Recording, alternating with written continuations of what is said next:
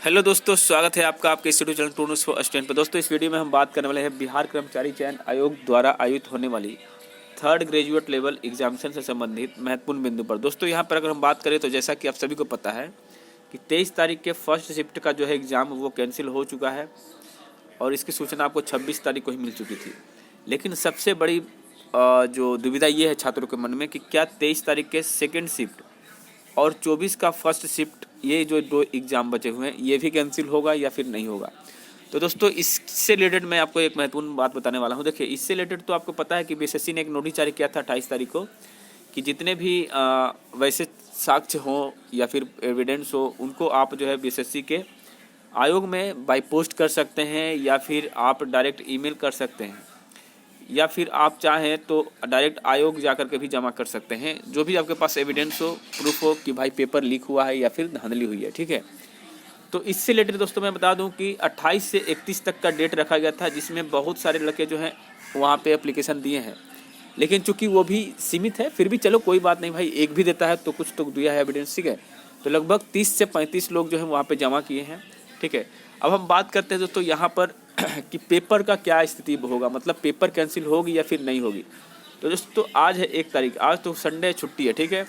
दोस्तों, कल यानी कि कल 2 तारीख से लेकर के 4 तारीख के बीच में, यानी कि ये 3 दिन ऐसा होगा दोस्तों, इसी 3 दिन में आपको डिसीजन मिल जाएगा कि आपका पेपर कैंसिल होना है या फिर नहीं होना है। तो जैसा कि दोस्तों छात्रों की डिमांड जो है वो बहुत ज़्यादा बढ़ चुकी है, चाहे वो सोशल मीडिया के माध्यम से हो, ट्विटर कैंपेन के माध्यम से हो या फिर यूट्यूब के माध्यम से हो, कहीं ना कहीं आपको ये चीज़ देखने को मिला होगा कि हर छात्र के एक ही मुद्दा है भाई कि पेपर कैंसिल हो। अब देखिए, यहाँ पर सवाल ये आता है कि अगर आयोग चाहेगी तो आज के आज रद्द कर सकती है, और आयोग अगर नहीं चाहे तो आप कितना भी दम लगा लीजिए, ये पेपर रद्द नहीं होगा, ठीक है। तो मेरे ख्याल से पेपर अगर वाकई में आउट हुए हैं तो बिल्कुल रद्द होना चाहिए। अब रही बात दोस्तों, सवाल कुछ ऐसे ही बनते हैं। देखिए, पहला सवाल ये बनता है कि जब क्वेश्चन पेपर छात्रों को नहीं मिलता तो क्वेश्चन जो है वो बाहर कैसे निकलते हैं। तो ये कोई बड़ी बात नहीं है, ये इंटर लेवल के मेंस में भी निकला था। लेकिन क्या हुआ, इंटर लेवल एक अच्छे तरीके से संपन्न हुई दोस्तों, और बहुत ही कम मार्क्स पे छात्रों का सिलेक्शन वहाँ पर हुआ। वहाँ पे 70 नंबर, 150 में 70 नंबर लाने वाले, 80 नंबर लाने वाले का भी सिलेक्शन हुआ है। टाइपिंग वाले पोस्ट में कैटेगरी से थे, SC ST से, ठीक है। और 110 में वहाँ पर जनरल का सिलेक्शन हो गया है अच्छे पोस्ट पर, क्योंकि वहाँ पे पोस्ट की संख्या ज़्यादा थी, इसलिए ये कोई बड़ी बात नहीं है। लेकिन फिर भी देखिए, अगर धांधली होती तो 110 नहीं आता, उससे बहुत ऊपर जाता है, 120-25 चले जाते हैं, 30 जाते हैं, ठीक है। तो खैर, मेरे ख्याल से दोस्तों देखिए, पेपर उसका ही बाहर आया था, एग्ज़ाम होने के बाद आया था। तो मेरा कहने का ये औचित्य है, मतलब आप समझिएगा मेरी बात को, क्या करना चाहते हैं हम। देखिए, अगर आपका पेपर मान लीजिए 10 से लेकर के 12 के बीच में आपके पेपर हैं, और अगर आपका पेपर 12:15 में बाहर आते हैं, तो इसका मतलब ये नहीं कि पेपर लीक हुआ। इसका मतलब ये है कि कोई स्टाफ वगैरह जो भी हैं वो फ़ोटो खींच करके जानबूझ करके बाहर कर देते हैं पेपर को, ये अलग बात है, ठीक है। और दूसरी बात ये भी हो सकती है कि अगर आपके एग्ज़ाम पीरियड के दौरान, यानी कि एग्ज़ाम चल रहे हों और उसके दरमियान अगर आपका पेपर आउट होता है, तो समझिए कि पेपर बाहर हुआ है, ठीक है।